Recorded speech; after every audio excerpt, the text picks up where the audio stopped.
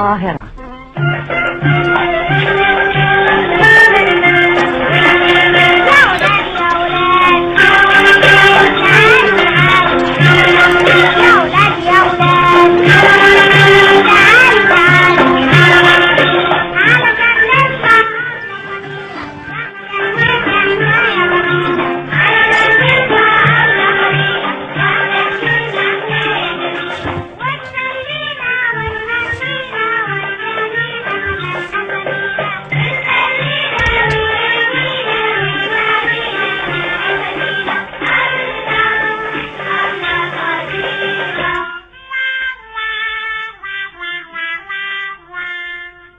حبايب الحلوين، كان يا مكان بكرة ان شاء الله وفي نفس الميعاد اللي هيجي فينا هيفرح بالغنوة ويتسلى بالحدوتة.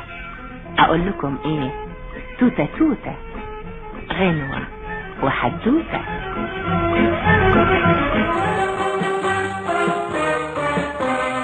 إذاعة الشرق الأوسط من القاهرة تقدم فانتاستيكا فان فان فانتاستيكا فانتاستيكا فان فان فانتاستيكا برنامج صنع الفابريكا فانتاستيكا فان فان فانتاستيكا. طنط سناء، عمو حسن.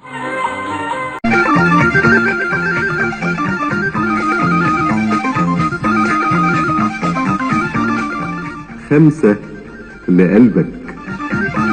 مع تحيات إذاعة جمهورية مصر العربية من القاهرة تقدم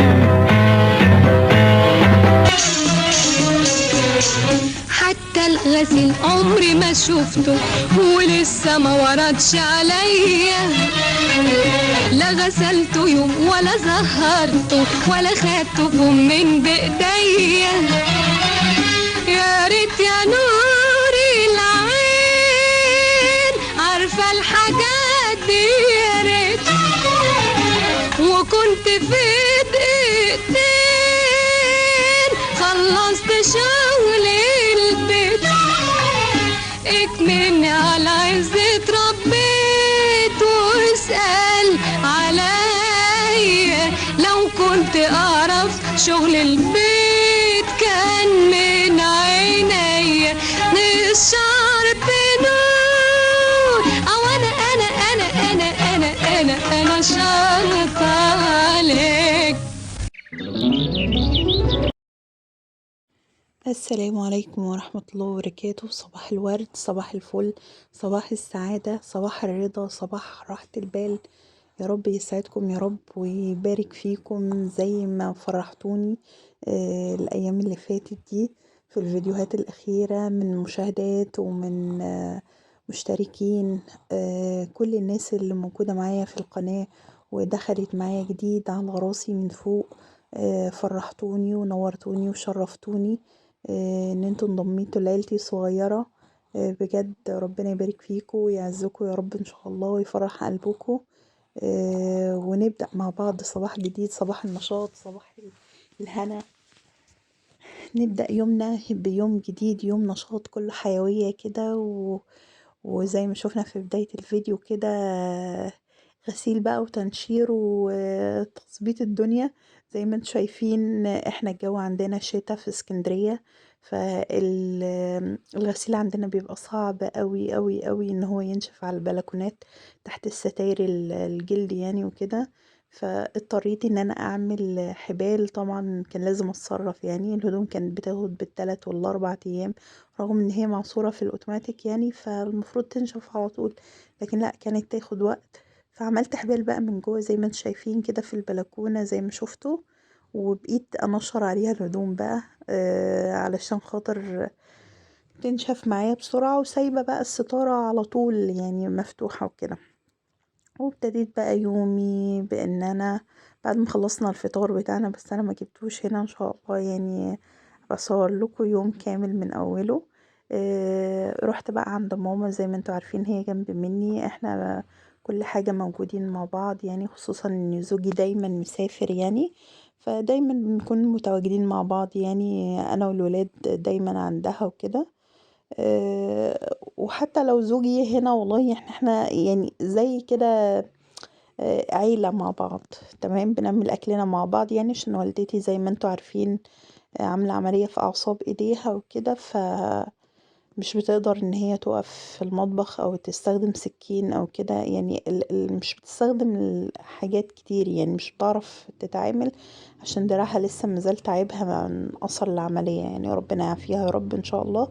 فانا بشيل عنها شغل المطبخ، حتى لو زوجي موجود يعني بنعمل الاكل برضي مع بعض وكده، علشان خاطر ابعد عنها بس ايه، تعب المطبخ والمجهود بتاعه يعني. وكان يومنا النهاردة كانت أميرة أختي حبيبتي يعني ربنا يبارك لها، طالبة من ماما وهي في العمرة، قالت لها أول ما أجي أنا عايزة تعملي فراخ محشية. طبعا يعني ملحقتش يعني، يا دوب رجعت أخدت دور سخونية جامد جدا، كانت تعبانة قوي قوي قوي. احنا طبعا كنا موعدين يعني أميرة طلعت العمرة بنية الشفاء، لأن هي فعلا من وقت للتاني بتتعب كتير قوي، ويعني سبحان الله يعني، يعني مفيش حاجة بدنية يعني، لكن احنا قلنا نفسيا نغير لها الدنيا. تمام، يعني هي حبت ان هي تغير نفسيتها بان هي تزور بيت الله الحرام، وفعلا الموضوع فرق معاها نفسيا كتير قوي قوي. لكن رجعت تعبانة بدنيا من الإرهاق طبعا وتعب السفر وكده. خدت فترة طويلة جدا عندها سخونية، فما قدرتش أول ما رجعت على طول من العمرة إن احنا نعمل لها الأكل اللي كان نفسها فيه. فاستنينا بقى لما تخف عشان فعلا تاكل بمزاج يعني. وهنا جبت الفراخ وكنت حشيها بقى من بالليل، مجهزة لها الرز بقى الحشو كده، ومظبطاه ومتبلاه بالكمون والفلفل والملح، ومظبطة الدنيا، وقفلت الفراخ كده وحشيتها ورحت شلتها. وتاني يوم هنا بقى ايه طلعتها، وابتديت ان انا ايه احضر الشوربة بتاعتي، وانزل فيها الجزر والطماطم والبصل، ونزلت فيها الفراخ وسبتها بقى تستوي.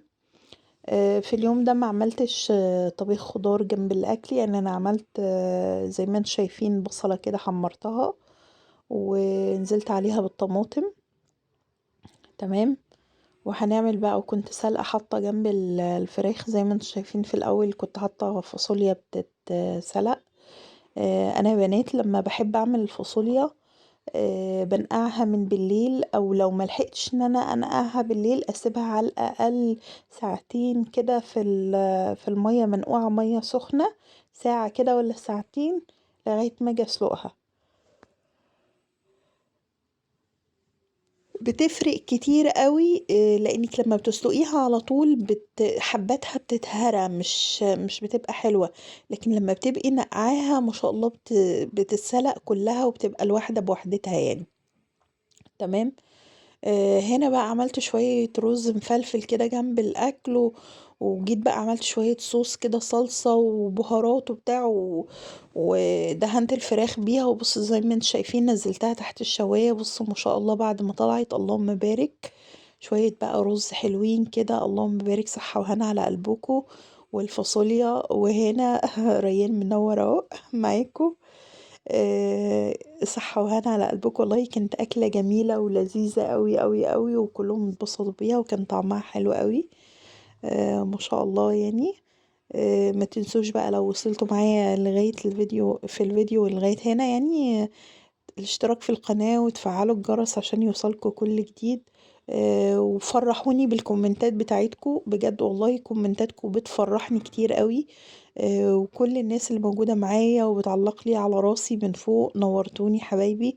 ربنا يزيدكم ويبارك فيكم يا رب ان شاء الله، ويا رب دايما نكبر كمان وكمان بيكم.